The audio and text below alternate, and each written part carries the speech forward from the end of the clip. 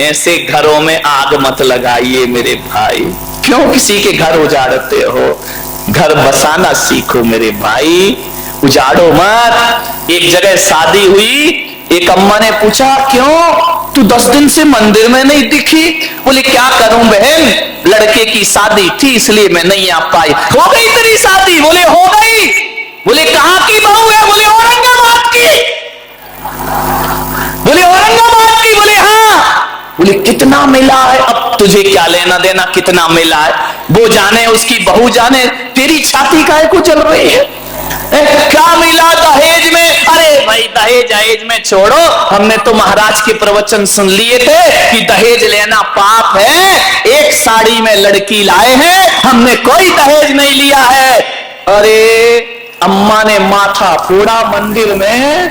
बोली धर तेरे की, तू भी महाराजों की बातों में लग गई। उनके तो ना आगे कोई ना पीछे कोई, तेरी तो गृहस्थी लगी है। 1 घंटे के प्रवचन में हीरा सा बेटा फ्री में बेच दिया। धर तेरे की सत्यानाश, हीरा सा बेटा। अब जब इतना हीरा सा था तो तूने अपनी लड़की क्यों नहीं दी? ऐसे घरों में आग लगाई जाती है, ध्यान रखना। हीरा सा बेटा कौड़ियों के भाव में बेच दिया, मैं होती तो लाखों रुपए लेती दे। अब बता, उस बुढ़िया के दिमाग में कचरा डाल दिया इसने। वो इतनी खुश थी बेचारी, और ऐसे मीठे शब्द बोल बोल के कचरा डाल दिया कि हीरा सा बेटा। जब हीरा सा था तो तुझे पहले का कीड़ा सा दिख रहा था वो। ध्यान रखिए, मत उजाड़ो किसी के घर, ध्यान रखिए, घरों को बसाइए, किसी के घरों को बर्बाद मत करिए। आओ, ये इंसान एक मंदिर के समान हुआ करता है, और ये धरती उस तीर्थ स्थान के समान हुआ करती है जहां हम लोग रहा करते हैं। मान्यवर, एक तीर्थ जैसा वातावरण बनाइए, जीवन स्वर्ग हो जाएगा आपका। किसी के घरों को बर्बाद मत करो। तुम्हें क्या लेना देना दहेज मिले नहीं मिले। आजकल मंदिरों में ये पद्म पुराण नहीं पढ़ती, बुढ़िया पुराण ज्यादा पढ़ती है।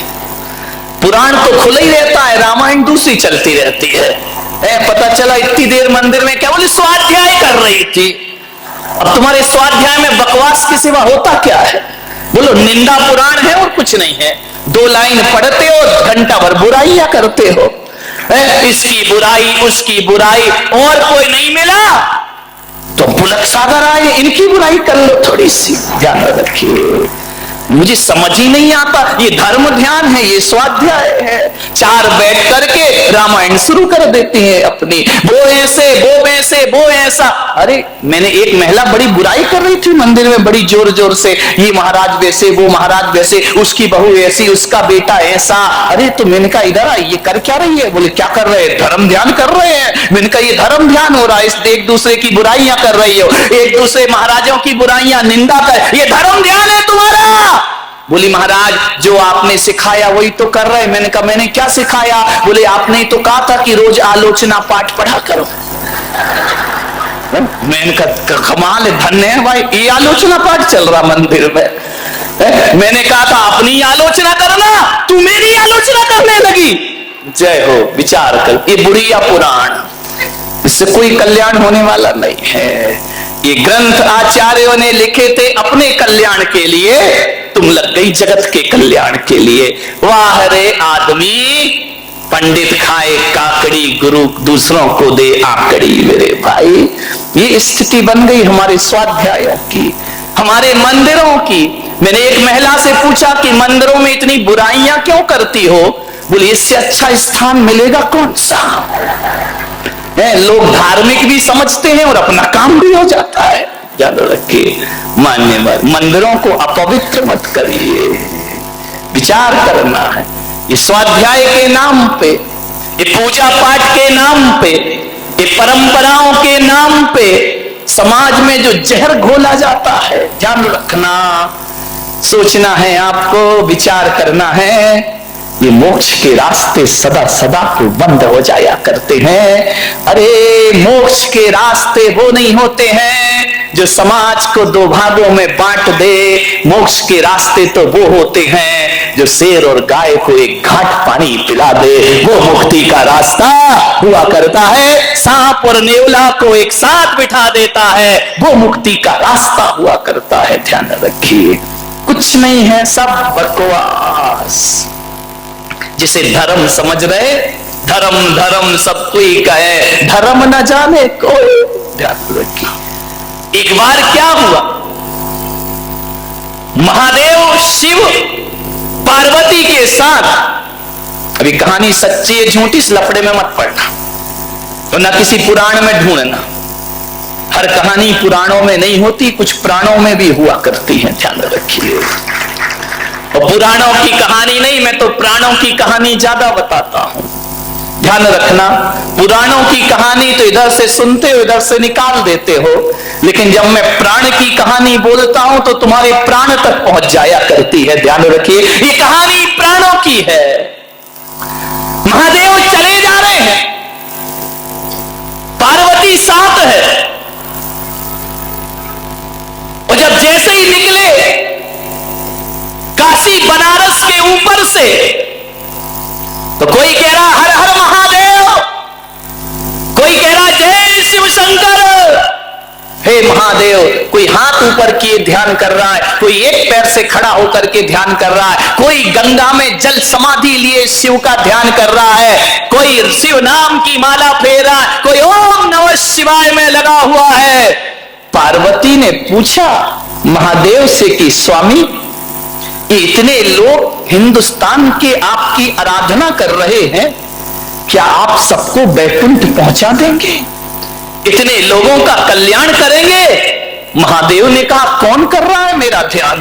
बोले ये देखो जमघट लगा हुआ है, ये कुंभ का मेला लगा हुआ है, ये सब आपका ही तो ध्यान कर रहे। महादेव आपसे निवेदन है इन भक्तों का कल्याण करो, इन भक्तों का उद्धार करो। महादेव ने कहा कि पार्वती तुम समझ नहीं पा रही हो, ये भीड़ है, एक भी भक्त नहीं है मेरा। अरे बोले नमः शिवाय चिल्ला रहे हैं, अरे बोले सब ऐसा ही है, इन पे ध्यान मत दो। अरे बोले महादेव आप इतनी कठोर क्यों बन रहे हैं, आप तो भोलेनाथ हैं, आपका नाम ले रहा उसका बेड़ा पार करो, उसका उद्धार करो। महादेव ने कहा तुम नहीं समझोगी। पार्वती ने कहा देखो मेरा हृदय करुणा से भर रहा है, इन जीवों को वैकुंठ पहुंचाओ महादेव, इनका कल्याण। महादेव ने कहा तू ठहर, ये नारी की जिद से तो देवता भी परेशान करें क्या, यदि जिद पे आ गई तो हो गया काम। नारी हट बहुत ही बुरी हट होती है, ध्यान रखना। अभी नारी की तो हटती कि सोने का मृग ले आओ, अब राम जी को भी लेके जाना पड़ा, जानते तो वो भी थे कि सोने का होते ही नहीं है। ध्यान रखिए, विचार करिए। महादेव ने कहा मैं तेरी जिज्ञासा शांत करूंगा, नहीं तो तू कैलाश में मुझे चैन से नहीं बैठने देगी। ध्यान रखना। बोले खैर मैं करता हूं व्यवस्था, ये जो तू कह रही है कि इनका बेड़ा पार, देख मेरा सच्चा भक्त कौन है। बोले ये सारे भक्त हैं, कोई जल चढ़ा रहा, कोई अर्घ चढ़ा रहा है, कोई आपके नाम की धुनी रमा रहा है। बोले सब ढोंगी, कुछ नहीं है इनमें। बोले बरसों से हाथ ऊपर किया, अरे बोले सब बेकार। बोले नहीं महादेव एकदम से इनकी तपस्या को मत ठुकराओ। महादेव ने कहा ठहरो, तू यहीं खड़ी रह, मैं बताता हूं कौन कौन वैकुंठ जाएगा। महादेव ने एक कोढ़ी का रूप बनाया, कुष्ठ गलित, दुर्गंध आ रही है शरीर से, और गंगा किनारे काशी में एक सीढ़ी पर जाकर बैठ गए कोढ़ी बन करके। बड़े बड़े पंडित आए, बड़े बड़े साधु संत आए। उसने कहा हे भाई मुझे गंगा स्नान करा दो, मेरा गंगा में नमन करा दो, मेरा कुष्ठ दूर हो जाएगा, मेरे पाप दूर हो जाएंगे। जो निकला छी छी दूर, कौन छुएगा तुझे, तुझे तो कुष्ठ रोग हुआ, तेरी देह गल रही है। सब मुंह बना करके निकल गए, नमः शिवाय नमः शिवाय। कोई डमरू बजा रहा, कोई ढपली बजा रहा। महादेव ने गौरा से कहा कि देख रही हो ये मेरे भक्त, एक भी मुझे गंगा में स्नान नहीं करा रहा है। जिससे कहा वही मुंह फेर के चला गया। पंडित चले गए, महंत चले गए, किसी ने हाथ नहीं लगाया कि महादेव को कोई इस बूढ़े को गंगा में स्नान करा दे। जब पूरा दिन बीत गया, एक गरीब निकला। उस गरीब के उस कुश्ती ने, उस कोढ़ी ने पैर पकड़ लिए, मुझे गंगा स्नान कराओ। बोले अरे तुम मेरे पैर क्यों पकड़ते हो, तुम्हें गंगा स्नान मैं कराऊंगा। उसने उठाया, जिसकी मवाद गिर रही हो कोढ़ से, उसने उठाया, चलो मैं तुम्हें गंगा स्नान कराता हूं। वह ले गया, गंगा में स्नान कराया। कहानी कहती है कि जैसे ही स्नान कराया, महादेव अपने रूप में प्रकट हो गए और उन्होंने कहा, देखो गौरा पार्वती, सच्चा बैकुंठ जाने का अधिकारी ये है, वो मेरे नाम की माला जपने वाले बैकुंठ जाने के अधिकारी नहीं हो सकते हैं। मान्यवर ध्यान रखिए, इंसान से नफरत, भगवान से प्रेम। ध्यान रखना, दुनिया से भागे फिरते हो, भगवान को तुम क्या पाओगे। ध्यान रखिए मान्यवर, सोचना है आपको, मनुष्य से इतनी गहरी नफरत है आपको। पत्थरों की पूजा करते हो, पत्थर को पूजते पूजते तुम्हारे हृदय तो पत्थर नहीं हो गए हैं। ध्यान रखिए, हम तो उस देश के लोग हैं जो पूजते पत्थरों को हैं, लेकिन दिल फूल सा रखा करते हैं। मान्यवर ध्यान रखिए, सोचना है कौन आएगा, आपको विचार करना है। एक बहू ने मेरे प्रवचन सुने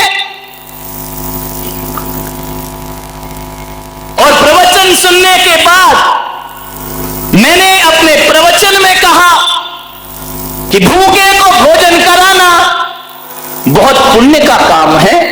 प्यासे को पानी पिलाओ, भूखे को भोजन कराओ। सुबह उठकर सबसे पहले यही काम होना चाहिए। वो बहू जो कभी रसोई घर में नहीं जाती थी, कभी भोजन नहीं बनाती थी, वह सुबह सुबह उठी 6 बजे, रसोई में जाके काम करने लगी, भोजन बनाने लगी। भोजन बनाने के बाद उसने परिवार के सभी लोगों से कहा कि आप भोजन करिए, आप भोजन करिए। लोगों ने कहा आज तुझे क्या हो गया है, रोज तो सास कराती थी, रोज जेठानी बनाती थी, आज तुझे क्या हो गया। बोले बस एक प्रवचन में मेरी जिंदगी बदल गई, अब आप लोग भोजन करिए। बोले क्यों। बोले जब तक सब भोजन ना कर लेंगे तब तक मैं खाना खाने वाली नहीं हूं। बोले ऐसा क्या हो गया। बोले महाराज ने कहा है भूखों को भोजन कराओ तो पुण्य लगता है। हाँ, तुम लोग सही अर्थ कभी नहीं लगा सकते, तुम्हारी नजरों में सास ससुर सब भिखारी हो गए हैं ना। ध्यान रखना, उस बहू से सास ने कहा कि पागल हो गई, हमें क्या समझ रखा है। बोले महाराज ने कहा है कि भूखे को भोजन कराओ, प्यासे को पानी पिलाओ, पुण्य लगेगा। तो सास की नजरें तर्रा गई। उसने कहा तूने हमें क्या समझ रखा है, हम कोई भिखमंगे हैं। उसने कहा नहीं मां, तुम तो मेरी मां हो, जगत जननी जगदंबा हो, लेकिन मैं आपसे इतना निवेदन करती हूं कि उस प्रवचन का अर्थ मैंने यही लगाया कि ये जरूरी नहीं है कि दरवाजे पे भिखारी खड़ा हो उसे खिलाना पुण्य है। मेरी मां, तुम रात में अन्न जल का त्याग करके सोती हो, आप भी रात भर से भूखी हो, भिखारी को भोजन बाद में मिलेगा, पहले मेरी घर की देवी को भोजन प्राप्त होगा, पहले घर की देवी को मैं भोजन दूंगी, तब मुझे हकीकत में पुण्य का लाभ। ध्यान रखिए, पड़ोसियों को देने से पुण्य लगता है क्या, अकेले भिखारी को देने से। घर में लोग भी तो भूखे होते हैं ना। मेरे भाई, आप विचार करना है, पुण्य कमाने के कई तरीके हुआ करते हैं।